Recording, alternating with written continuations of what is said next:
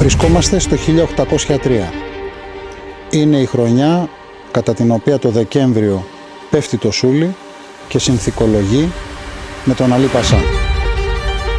Οι σουλιώτες χωρίζονται σε 3 διαφορετικά κομμάτια και αποχωρούν από το σούλι. Στις 12 με 13 Δεκεμβρίου η πρώτη φάλαγγα με αρχηγό τον Κουτσονίκα κατευθύνεται για το Ζάλογκο.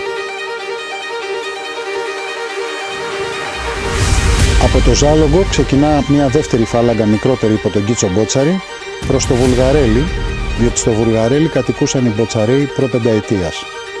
Η τρίτη φάλαγγα υπό τον Φώτο Τζαβέλα κατευθύνεται προς την Πάργα.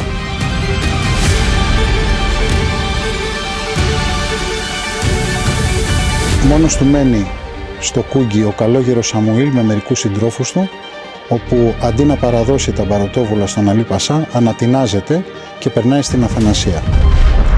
Ο Αλή Πασάς μενόμενος θέλει να εξοντώσει τους σουλιώτες.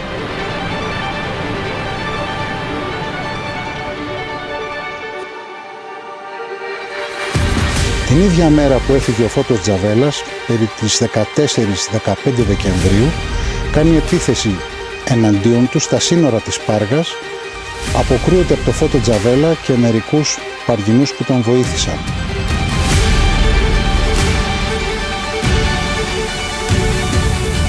Μερικές μέρες αργότερα, στις 18 Δεκεμβρίου, επιτίθεται εναντίον των σουλιωτών στο Ζάλογκο, όπου εκεί έχουμε τη μνημιώδη πράξη των 60 σουλιωτισσών που, αφού ρίξανε τα μωρά τους στον γκρεμό, πέσανε και οι ίδιες για να μην σκλαβωθούν.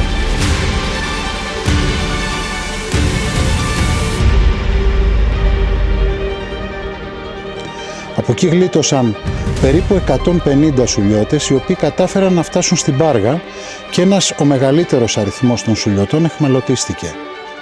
Στη συνέχεια, κάποιοι από αυτούς τους 150 επιστρέφουν στα Γιάννενα, διότι ο Αλή Πασάς ισχυρίστηκε ότι έκανε λάθος και δεν ήθελε να τους επιτεθεί, να μαζευτούν στα Γιάννενα για να τους στείλει όλους στο Βουλγαρέλι μαζί με τους Μποτσαρέους να τους δώσει γη.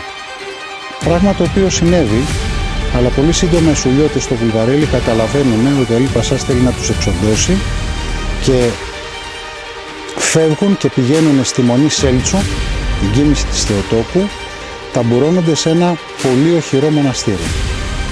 Τον Ιανουάριο του 1804 αντέχουν 4 μήνες μέχρι περίπου τις 20 Απριλίου, όπου εκεί πλέον κάνουν έξοδο και από τις 1300-1400 περίπου ψυχές μένουν 40-50 που διαφεύγουν και αυτοί στην Πάργα με το μικρό νεαρό Μάρκο Μπότσαρη 11 μόλις χρονών.